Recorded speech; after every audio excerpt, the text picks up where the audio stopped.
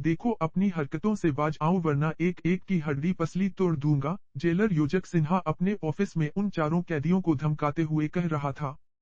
परंतु सर हमने काम करने से मना कब किया, उनमें से एक कैदी सागर पूछ बैठा। हम चाहते हैं हमें काम हमारी योग्यता के अनुसार मिले। सभी एक जैसे पत्थर तोड़ने के काम करने लगे तो बाहर निकलकर हमें इसी तरह की मजदूरी करनी पड़ेगी या फिर से अपराधों की दुनिया में जाना पड़ेगा। संभव सागर की बातों को आगे बढ़ाता हुआ बोला। सर यह बात तो आप भी जानते हैं कि हम पढ़े लिखे मैकेनिकल इंजीनियर हैं। यह बात दूसरी है कि हम डिप्लोमा के अंतिम सेम की परीक्षा अपनी गलती के कारण नहीं दे पाए। सहाय ने सागर और संभव की बातों को आगे विस्तारित किया। सर जेल का मैन्युअल भी कहता है प्रत्येक कैदी को उसकी योग्यता के अनुसार काम दिया जाना चाहिए। आज जब दुनिया भर में पत्थर की चट्टानों से गिट्टी बनाने के लिए बड़े बड़े स्टोन क्रशर लगे हैं, उस जमाने में आप हमें व्यस्त रखने के लिए चट्टानों से पत्थर टुटवा रहे हैं। बताइए भला ऐसे पत्थर तोड़ने से हमारी योग्यता का विकास कैसे होगा। सिद्धम जो अब तक चुप था सबसे अहम बात को रेखांकित करते हुए बोला। सर हम तो अनुरोध करते हैं कि हमें हमारी आवश्यकता का कुछ सामान बुलवा दीजिए, फिर देखिए कैसे हम इलेक्ट्रिक से चलने वाले छोटे छोटे हैमर बना देते हैं। इससे गिट्टियों की उत्पादन क्षमता भी बढ़ जाएगी और जेल की आमदनी भी बढ़ जाएगी, कैदियों की मेहनत कम होगी और आपका भी नाम होगा। संभव बोला। हमारी तकनीकी योग्यता का उपयोग भी हो जाएगा, सागर ने संभव से सहमति व्यक्त करते हुए कहा। बस बस बहुत हो गई तुम्हारी तकनीकी योग्यता वाली बकवास। सरकार ने जो काम मुझे उपलब्ध करवाए हैं वही तुमको और बाकी कैदियों को करना पड़ेगा। तुम्हारे प्रस्तावों को मैं सरकार के पास भेजता भी हूं तब भी उन्हें पास होने में सदियां लग जाएंगी। जेलर योजक सिन्हा गरजते हुए बोला। सर आप प्रस्ताव भेजिए तो सही, सहाय अनुरोध करता हुआ बोला। यह सब भविष्य की बातें हो गई। अभी काम पर जाना चाहते हो या नहीं, जेलर योजक सिन्हा ने सख्ती से पूछा। नहीं सर, चारों ने दृढ़ता से उत्तर दिया। राम सिंह जेलर सिपाही को आवाज देता हुआ बोला। इन चारों के पुट्ठे पर बहुत अधिक मांस चढ़ गया है। तुम्हारी लाठियों ने भी बहुत दिनों से कसरत नहीं की। इन चारों की वह हालत करना कि यह जब भी बैठे तो इन्हें अपनी 7 पुश्तें याद आ जाएं। कौन है यह लोग जो जेलर साहब से इतनी बहस कर रहे हैं, एक अभी अभी जेल में आया हुआ कैदी पुराने कैदी से पूछ रहा था। अरे चारों 20-22 साल की उम्र के 4 लड़के हैं। सभी अच्छे और संभ्रांत परिवारों से है। चारों हॉस्टल में रहकर मैकेनिकल का डिप्लोमा कोर्स कर रहे थे। कंप्यूटर का भी अच्छा ज्ञान है इनको। कुछ युवावस्था का जोश और कुछ नया करने की चाह ने इनको जेल की हवा खिलवा दी। पुराना कैदी बोला। वह कैसे, नया कैदी उत्सुकता से बोला। जैसा कि यह चारों बतलाते हैं, यह लोग सरकारी सिस्टम की कमियां बतलाकर उसे पूर्णतः दोष रहित बनाना चाहते थे जिससे सामान्य जनता की गाढ़ी कमाई का पैसा 100% सुरक्षित रहे। पुराना कैदी चारों का इतिहास बताते हुए बोला। तो फिर परेशानी कहाँ आ गई, नए कैदी की उत्सुकता और अधिक बढ़ गई। सबसे पहला निशाना इन लोगों ने एटीएम मशीन को बनाया। इनके हिसाब से एटीएम पूरी तरह से सुरक्षित नहीं है और उसमें से कुछ युक्तियों के द्वारा पैसा निकाला जा सकता है। इन्होंने एक ऐसी डिवाइस तैयार की जो 250 मीटर के क्षेत्र का संपूर्ण सैटेलाइट कनेक्शन तोड़ देती है। इस डिवाइस के द्वारा किसी भी एटीएम के सर्किट को ब्रेक कर उसकी कैश ट्रे को आसानी से निकाला जा सकता है। इस दौरान कैमरे सहित सभी सुरक्षा उपकरण स्वतः ही बंद हो जाएंगे, पुराने कैदी ने बताया। अरे वाह, तो ये चारों फेल कहाँ हो गए, नया कैदी उत्सुकता की उसी रौ में पूछ बैठा। कहते हैं ना, जब किस्मत खराब हो तो ऊंट पर बैठे हुए आदमी को भी कुत्ता काट लेता है। कुछ ऐसा ही इन लोगों के साथ भी हुआ। इन्होंने मेहनत से डिवाइस बना भी ली। किसी सुनसान जगह वाली एटीएम मशीन पर रात में प्रयोग करने लगे। इनके सभी सिस्टम अच्छी तरह से काम कर रहे थे। इस खोज के दौरान यह लोग इस बात को भूल गए कि डिवाइस की अपनी खुद की भी कुछ फ्रीक्वेंसी होगी। वारदात को अंजाम देते समय रात के 3 बजे इन्होंने सोचा भी नहीं था कि ऐसा कुछ हो जाएगा। हुआ यूं कि जिस समय ये लोग काम कर रहे थे ठीक उसी समय एक कार चालक वहां से गुजरा जो कि लो फ्रीक्वेंसी वाले एफएम रेडियो पर गाने सुनता हुआ जा रहा था। सामान्यतः 250 मीटर को पार करने में मात्र कुछ सेकंड सही लगते। कार चालक जैसे ही इस क्षेत्र में घुसा उसका रेडियो बजना बंद हो गया। पास ही शौचालय था, अतः वह स्वाभाविकतः रेडियो चालू छोड़कर पेशाब करने चला गया। 3-4 मिनट के बाद जब वह वापस लौटा तब तक उसका रेडियो इनके डिवाइस की फ्रीक्वेंसी पकड़ चुका था। इस दौरान इन लोगों के बात करने की आवाज और आगे की योजना स्पष्ट सुनाई दे रही थी। उस जागरूक नागरिक ने बिना देरी किए पुलिस को सूचित कर दिया और सभी के सभी पकड़ा गए। यद्यपि जज के सामने चारों ने ही यह कहा कि वह तो सिर्फ सिस्टम की कमियों की तरफ ध्यान आकर्षित करना चाहते थे, मगर जज ने उनकी दलीलों को नहीं माना और उन्हें 5 वर्षों की सजा मुकर्रर हुई। पुराने कैदी ने सारा वृतांत बताया। इसे कहते हैं मियाँ की जूती मियाँ के सर। गए थे इतने बड़े सिस्टम में कमी निकालने, लेकिन खुद की डिवाइस की कमी के कारण खुद पकड़े गए। नया कैदी संवेदना में बोला। अरे बहुत मारा रे सालों ने, सागर जेल की बैरक में घुसते हुए बोला। मैं तो बैठ भी नहीं सकता भाई, ऐसा लगता है पिछला हिस्सा सूज गया है, सिद्धम कराहते हुए बोला। इससे तो पत्थर ही तोड़ लेते तो ठीक रहता, संभव भी लगभग कराहते हुए बोला। मां कसम कभी मौका मिला ना तो जेलर के खानदान को वैसे ही खत्म कर दूंगा जैसे गब्बर सिंह ने शोले पिक्चर में किया था, सहाय गुस्से से तमतमाते हुए कह रहा था। बायगोड मेरे मुंह की बात छीन ली तूने यार। काश कहीं से मुझे एक AK-47 मिल जाए तो साले के पूरे खानदान को ही मौत के घाट उतार दूं, संभव भी सहाय के सुर में सुर मिलाते हुए बोला। इतनी मार तो उस दिन भी नहीं पड़ी थी जिस दिन हम लोगों ने एक लोहे की पत्ती से बैरेक की चाबी बनाई थी। उस दिन भी हमारा इरादा यह दिखाने का था कि लेसर लॉक वाले इस जमाने में पुराने समय का चाबी वाला ताला कतई सुरक्षित नहीं है, सहाय कहने लगा। इस नक्कार खाने में कभी तो कहीं तो कोई तो इस तूती की आवाज सुनेगा, सागर बोला। विश्वास है उस दिन हमें अपराधी नहीं बल्कि एक सजग, जागरूक नागरिक कहलाए जाएंगे, संभव घाव सहलाते हुए बोला। भैया हमारे जैसे बन जाओ, ज्यादा पढ़ाई लिखाई दिखाने के चक्कर में ना पढ़ो वरना इसी तरह ठुकाई खाते रहोगे, साथ वाला कैदी बोला। ठीक कहते हो काका, संभव बोला। एक बात बताओ भैया, क्या तुम लोगों ने सरकार को जगाने का ठेका ही ले रखा है? कभी ATM मशीन की कमियां दिखाने पहुंच जाते हो तो कभी पत्ती से जेल के बैरक की चाबी बना देते हो, कभी जेल में मेहनत कम और उत्पादन ज्यादा की नीति पर काम करने के लिए जेलर से पंगा ले लेते हो। पुराना कैदी प्रश्नवाचक निगाहों से देखता हुआ संभव से पूछ बैठा। क्या करें, सिस्टम की कमियां हमसे देखी नहीं जाती, इसीलिए कोशिश करते हैं, संभव बोला। इस कोशिश को लिख कर भी तो बता सकते थे, प्रैक्टिकल करने की क्या जरूरत थी। देखो जेलर ने क्या हाल कर दिया है मार मार कर। ठीक है काका, आज जेलर का दिन था। जिस दिन हमारा मौका आएगा उस दिन हम उसका पूरा खानदान समेट देंगे, सागर गुस्से में तमतमाते हुए बोला। इस घटना के लगभग 20 दिन बाद एक रात लगभग 4:30-5 बजे जेल के मुख्य द्वार के प्रहरी की सीटी की चीखों से शांत माहौल में कोलाहल पसर गया। जेल में लगे सुरक्षा सायरन कर्कश ध्वनि में चिंघाड़ने लगे। सभी कैदी सहमे हुए से एक दूसरे को सवालिया निगाहों से देखने लगे। सभी बैरक के ताले बाहर से बराबर लगे हुए थे। क्या हुआ? जेल के तत्कालीन अधिकारी ने प्रहरी से पूछा। साहब, लगभग 2-2.5 घंटे पहले अंदर वाले गेट से कुछ वर्दीधारियों ने कहा कि इमरजेंसी है, किसी कैदी को हॉस्पिटल ले जाना है, दरवाजा खोलो। जैसे ही मैंने छोटे गेट से चेक करने के लिए गर्दन अंदर डाली उन्होंने मुझे कुछ सूंघा दिया जिससे मुझे बेहोशी छा गई और मुझे जब होश आया तो बाहर का ताला यथावत लगा हुआ था। मुझे विश्वास है कुछ कैदी पुलिस की वर्दी पहनकर भागे हैं, प्रहरी ने पूरा वाकिया बतलाया। ओह, तुरंत सभी कैदियों की गिनती करो, अधिकारी ने निर्देश दिए। बैरक नंबर 5 में से 4 कैदी सागर, संभव, सहाय और सिद्धम गायब है श्रीमान, जांच करने के बाद सिपाही बोला। अरे साहब, लौट आएंगे चारों, उनकी फितरत ही कुछ ऐसी है। जरूर इस बार भी उन्हें सरकार की कोई कमजोरी पता चल गई होगी और उसी की तरफ ध्यान दिलाने के लिए भागे होंगे। वही बूढ़ा कैदी जेल अधिकारी की तरफ देखता हुआ बोला। चुप रहो, बकवास मत करो, अफसर कैदी को डांटते हुए बोला। यदि उन लोगों के बारे में कोई जानकारी हो तो बोलो। नहीं साहब, कोई जानकारी नहीं है। हम कहाँ उनके जितने पढ़े लिखे हैं। जो वो हमसे बात करेंगे और अपनी योजना के बारे में बताएंगे। वह तो चारों ही आपस में खुसुर पुसुर किया करते थे, कैदी ने जवाब दिया। उनके पुराने रिकॉर्ड को देखकर तो यही लगता है वह लोग खुद ब खुद ही लौट आएंगे कुछ समय के बाद, एक सिपाही ने कैदी से सहमति जताई। लेकिन तब तक तो हमारी सबकी नौकरियां जा चुकी होंगी। सभी अफसरों को तुरंत सूचित करो। कलेक्टर और SP साहब को भी, अधिकारी ने निर्देश दिए। जेलर साहब तो 3 दिनों के लिए सरकारी दौरे पर पास के जिले में गए हैं, सिपाही ने कहा। जानता हूं, परंतु प्राथमिक जवाबदारी तो उन्हीं की है। उन्हें तो वापस आना ही पड़ेगा, अधिकारी बोला। जेल प्रशासन की गाड़ियां सायरन बजाते हुए कुछ इस अंदाज में दौड़ रही थी कि चारों भगोड़े आसपास ही कहीं छुपे होंगे और वह उन्हें गिरफ्तार कर ही लेगी।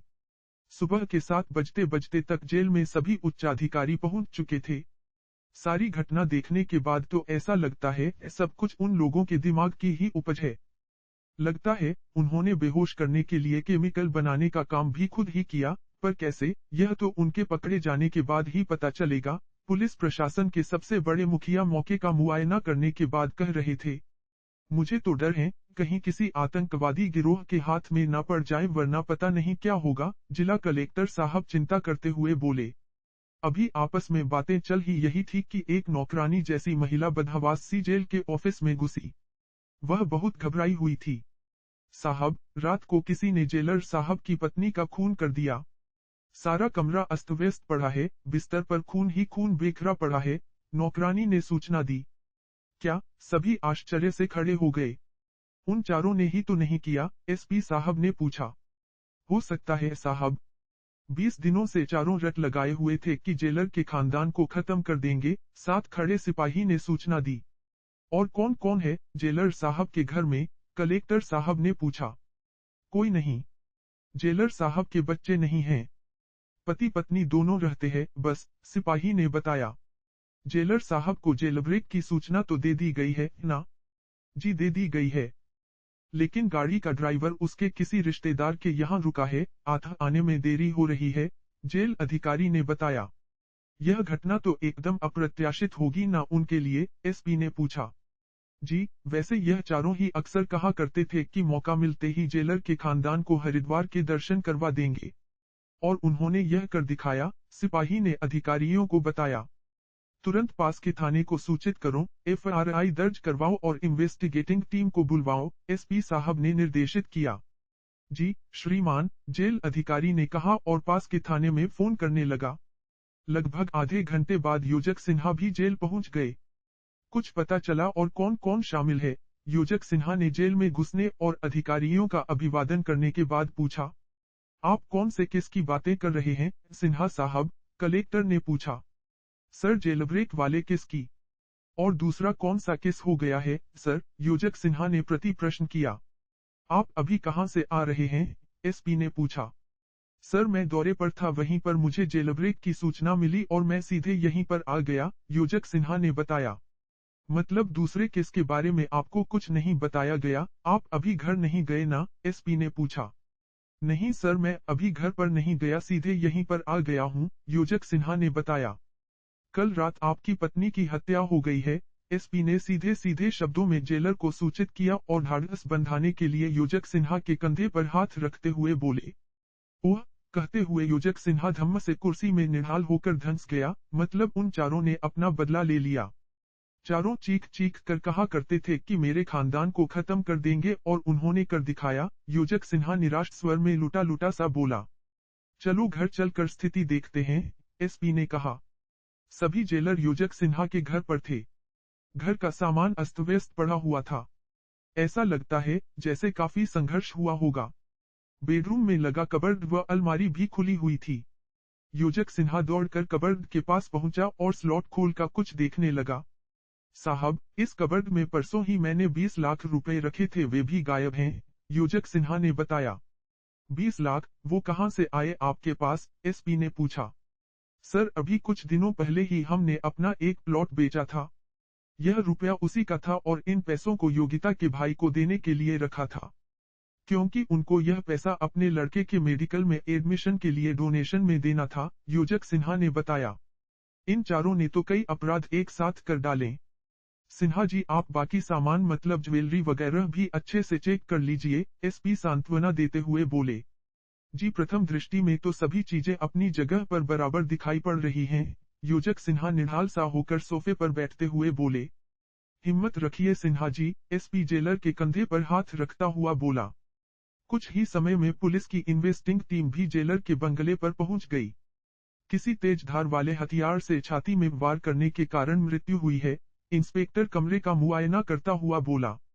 इंस्पेक्टर, सारा कमरा अस्त व्यस्त है और योजक सिन्हा जी के अनुसार कबर्ड में रखे उनके 20 लाख रुपए भी गायब है, एसपी सूचना देते हुए बोले। जी सर, उस एंगल से भी जांच कर लेते हैं। फिलहाल तो बॉडी को पोस्टमार्टम के लिए भिजवा देते हैं, इंस्पेक्टर बोला। Go through the procedure but result must come quick, SP ने निर्देश दिए। Yes sir, I try my best, inspector ने जवाब दिया। 2 दिनों के बाद एसपी के फोन की घंटी बजी। हेलो, एसपी ने कहा। जय हिंद सर, मैं जेल क्षेत्र का थाना इंचार्ज बोल रहा हूँ, उधर से आवाज आई। हाँ, बोलिए इंस्पेक्टर, क्या खबर है? उन जेलब्रेकर मर्डरर्स का कुछ सुराग हाथ लगा? एसपी ने पूछा। सर, मामला कुछ गड़बड़ लग रहा है, इंस्पेक्टर ने जवाब दिया। गड़बड़? कैसे? क्या उन कैदियों ने मर्डर नहीं किया है? एसपी ने उत्सुकता से पूछा। जी सर, ऐसा ही लगता है, इंस्पेक्टर ने जवाब दिया। ऐसा क्यों? एसपी ने फिर पूछा। आप कैसे कह सकते हैं? सर, यह मैं नहीं, पोस्टमार्टम की रिपोर्ट कह रही है। कमरे के हालात और स्थितियां बता रही हैं, इंस्पेक्टर ने जवाब दिया। कैसे, जरा स्पष्ट करो, एसपी ने उत्सुकता से पूछा। सर, जेल के संतरी की रिपोर्ट है कि चारों कैदी रात 2 से 3 बजे के बीच भागे हैं, और जो जांच में सही भी सिद्ध हो रही है। पोस्टमार्टम की रिपोर्ट के अनुसार मर्डर रात 11 से 12 बजे के बीच हो चुका था। मतलब उन लोगों के जेल ब्रेक करने से पहले ही मर्डर हो चुका था। दूसरा, कमरे के हालात भी ऐसे नहीं लग रहे थे कि उस कमरे में जेलर साहब की पत्नी के अलावा 4 लोग और भी थे। 4 लोग जब तलाशी लेते हैं तो कमरे की हालत इतनी बदतर होती है कि उसमें पैर रखने की जगह भी नहीं मिलती। यहाँ पर तो अलमारियों से निकालकर सिर्फ कपड़े जमीन पर फैला दिए गए थे। यह सब पुलिस को भटकाने के लिए ट्रांसप्लांट किया गया था। जब 4 व्यक्ति होते हैं तो चारों की मानसिकता भी अलग अलग होती है, खास तौर पर उस स्थिति में जब वह अपराध करने के उद्देश्य से ही आए हो। मृतका के शरीर पर ज्वेलरी भी ज्यों की त्यों थी, जिसकी कीमत भी लगभग 2 लाख रुपए थी। अगर लूटना ही था तो सबसे पहले वही चीज लेते जो सबसे सामने थी। सबसे अहम बात यह कि चारों अजनबियों के घर में घुसते ही संघर्ष प्रारंभ हो जाना चाहिए था। मगर यहाँ पर ड्राइंग रूम का फर्नीचर, यहाँ तक कि टीवी का रिमोट भी सेंटर टेबल पर ज्यों का त्यों रखा हुआ था। यह बातें कई तरह के शक पैदा करती है। इंस्पेक्टर ने अपनी तहकीकात के बारे में जानकारी दी। तो तुम्हें क्या लगता है, दोनों घटनाएं अलग अलग है? एसपी ने पूछा। सर, यह एक संयोग भी हो सकता है, इंस्पेक्टर ने जवाब दिया। मतलब घर में काम करने वाले नौकरों पर शक किया जा सकता है? एसपी ने प्रश्न किया। सर, घर में पति पत्नी दोनों ही रहते हैं। इस कारण झाड़ू, पोंछे और बर्तन आदि के लिए सिर्फ एक महिला आती है, जो कि विधवा है, और उसी ने उस सुबह मर्डर की सूचना दी थी, इंस्पेक्टर ने बताया। कहीं कोई अनैतिक संबंधों का मामला तो नहीं? एसपी की जिज्ञासा बढ़ती जा रही थी। जी नहीं सर, मिसेस सिन्हा बहुत ही ऊंचे चरित्र वाली महिला थी। वह तरकारी वगैरह लेने भी पड़ोस की महिलाओं के साथ ही जाती थी। उन्हें कभी किसी ने अकेले जाते या किसी को उनके यहाँ आते नहीं देखा, इंस्पेक्टर ने अपनी 2 दिनी जांच का खुलासा करते हुए कहा। इंस्पेक्टर, यह कहानी तो उलझती ही जा रही है। घर में शक करने लायक कोई नौकर नहीं, योजन सिन्हा शहर के बाहर हैं।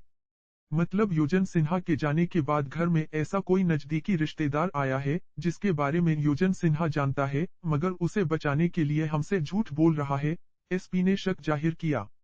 संभव है सर, ऐसा ही हुआ हो। यह रिश्तेदार योजन सिन्हा का भाई भतीजा या और कोई नजदीकी हो सकता है, इंस्पेक्टर बोला। फिर आगे की लाइन ऑफ एक्शन क्या होगी? एसपी ने पूछा। सर, योजन सिन्हा जी के उस दिन की मोबाइल रिकॉर्डिंग चेक करनी होगी। यदि कोई मेहमान आया होगा तो उसकी सूचना योजन सिन्हा जी को उनकी पत्नी ने अवश्य दी होगी और उसी से सारी बातों का पता चल जाएगा, इंस्पेक्टर ने कहा। तो फिर दिक्कत कहाँ है? एसपी ने पूछा। सर, यह हमारे ही डिपार्टमेंट का मामला है, इसके लिए मुझे आपकी अनुमति की आवश्यकता पड़ेगी, इंस्पेक्टर ने अनुमति चाही। Go ahead. मुझे 2 घंटे में बताओ मोबाइल रिकॉर्डिंग का क्या रिजल्ट आया, एसपी ने आदेशित किया। Yes sir.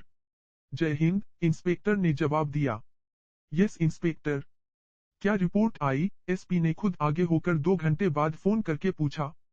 सर, मोबाइल से कोई क्लू नहीं मिल रहा है, क्योंकि उस दिन योजक सिन्हा और उनकी पत्नी के बीच कोई बात हुई ही नहीं, इंस्पेक्टर निराश स्वर में बोला।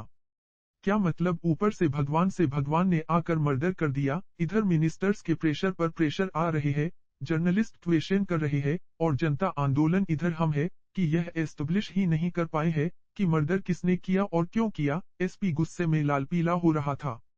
सर मैं एक परमिशन और चाहता हूँ, इंस्पेक्टर अनुरोध वाले स्वर में बोला। क्या? एसपी ने पूछा।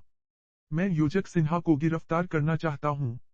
मुझे लगता है वह बहुत कुछ जानते हैं मगर छुपा रहे हैं।